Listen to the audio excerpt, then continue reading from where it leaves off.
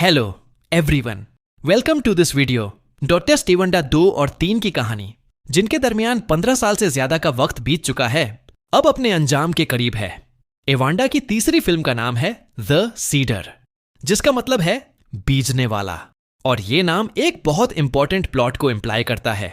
यह फिल्म पहले 2 पार्ट्स से काफी अलग होगी, जहां पेमेंट फोकस था ह्यूमन एंड नावी के लीडर्स के दरमियान टकराव पर। इस दफा कहानी नए मोड पर चलेगी। तीसरी फिल्म में हमें पहली बार एक इविल नावी ट्राइब देखने को मिलेगी, और जैक, नाथली और उनके बच्चे मेटकेना क्लैन के कोरल रीफ को छोड़कर अल्फा गैलेक्सी के दूसरे प्लैनेट्स की तरफ निकल जाएंगे। इस बार कहानी का मेन हीरो होगा जैक और नाथली का सबसे छोटा बेटा लोकी। वह अपने वालिद की जगह नैरेटर बनेगा। एवांडा 2 में भी उसने काफी ग्रोथ दिखाई थी अपनी ट्राइब के मेंबर्स से। डिसएग्रीमेंट्स के बावजूद उसने उनका रिस्पेक्ट जीता और एक ह्यूज टोकन के साथ दोस्ती भी की।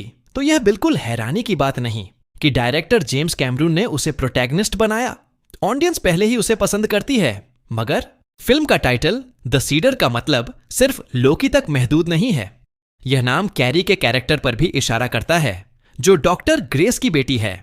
कैरी इस सीरीज का सबसे मिस्टीरियस और इंटरेस्टिंग कैरेक्टर है। हम उसकी आइडेंटिटी जानते हैं, न यह कि वह कहां से आई, बस यह पता है कि वह ग्रेस की बेटी है और पेंडोरा के इकोसिस्टम के साथ उसका एक खास और डीप कनेक्शन है। पिछली फिल्म के एंड में हमें दिखाया गया था कि कैरी और जैक ने मिलकर सोल ट्री से कनेक्ट किया था। पहले सिर्फ जैक को यह एबिलिटी थी, मगर अब कैरी भी पास्ट यादों को देख सकती है। उसके पास कुछ सुपर पावर्स भी हैं, जो पेंडोरा के प्लांट्स एंड क्रीचर्स से क्लोजली लिंक्ड हैं। यहां एक थ्योरी याद आती है एनाप्टेनियम की, वह रेयर मिनरल जो पेंडोरा में मिलता है। कहा जाता है कि सोल ट्री भी उसी लोकेशन के पास है जहां यह मिनरल पाया जाता है। अगर ईवा और अनाप्टेनियम के दरमियान कोई ताल्लुक है, तो उसका असर वाटर इकोसिस्टम में सबसे ज्यादा नजर आएगा। पानी तो वैसे भी पेंडोरा के सारे क्रीचर्स को जोड़ने वाला एक सिस्टम है।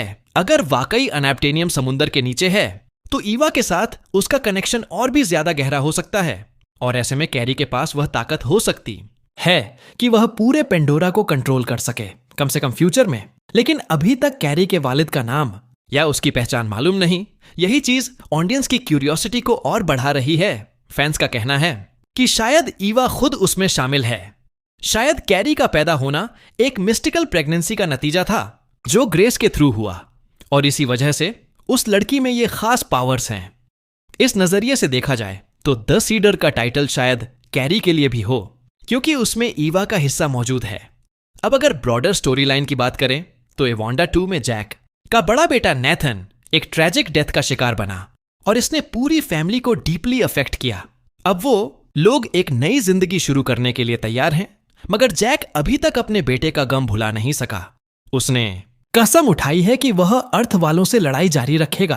पेंडोरा अब भी अर्थ वालों के एक्सप्लॉयटेशन का शिकार है, खास तौर पर उनके रेयर रिसोर्सेज के लिए। और मूवी के एंड में हमें दिखाया गया था एक intense confrontation between Navi and Earthlings. इस कहानी में एक और शॉकिंग ट्विस्ट ये है कि स्पाइडर ने अपने असली वालिद बायोलॉजिकल फादर की जान बचाई, वही आदमी जो जैक का दुश्मन था और उसके बेटे का कातिल भी।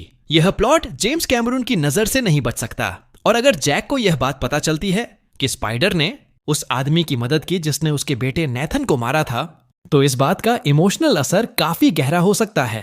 हालात और भी कंफ्यूजिंग तब हो जाते हैं जब हम यह देखते हैं कि कर्नल क्वारेच, जिसे स्पाइडर ने बचाया, अब भी एक बेरहम दुश्मन है। मगर यह कंफर्म नहीं है कि वह अगला मेन विलेन बनेगा या नहीं। अब बात आती है नए नावी ट्राइब की, जो इंट्रोड्यूस होने जा रहा है, जिसका नाम है द ऐश पीपल या ग्रे मिरर।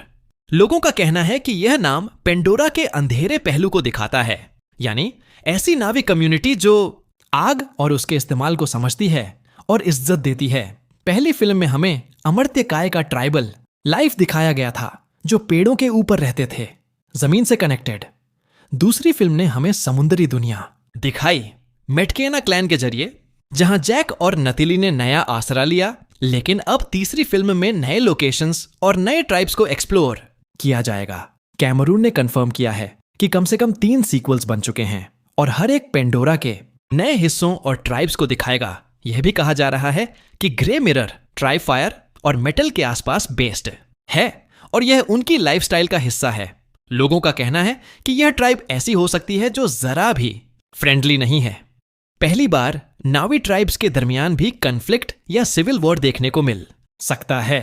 यानी पेंडोरा के रिसोर्सेज के लिए अब लड़ाई सिर्फ ह्यूमन और नावी के दरमियान नहीं बल्कि ट्राइब्स के बीच भी हो सकती है।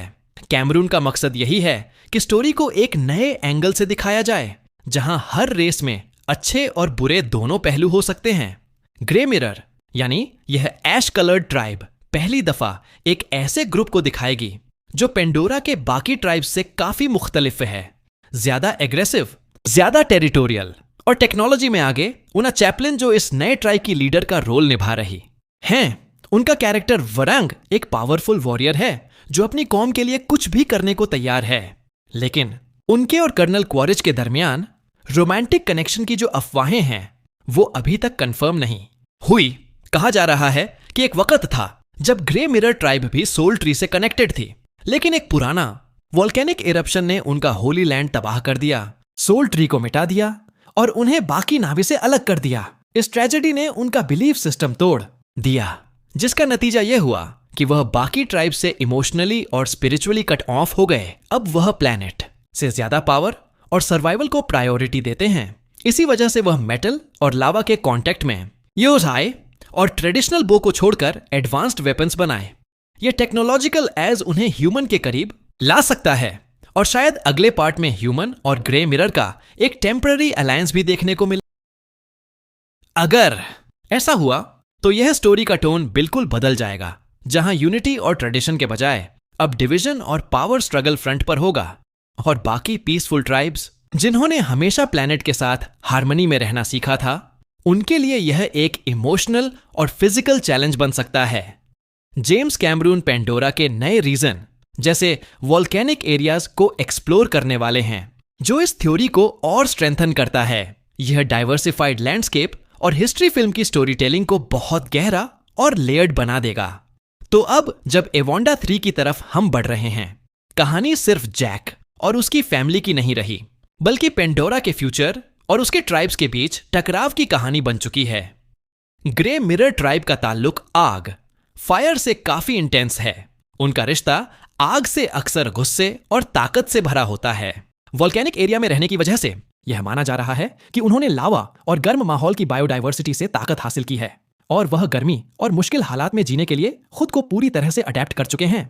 जिस तरह जंगल और समुद्र की लाइफ का इस्तेमाल पहले दिखाया गया था, उसी तरह अब यह ग्रे मिरर ट्राइब कुछ नए यूनिक फॉर्म्स ऑफ लाइफ का भी इस्तेमाल करती नजर आएगी।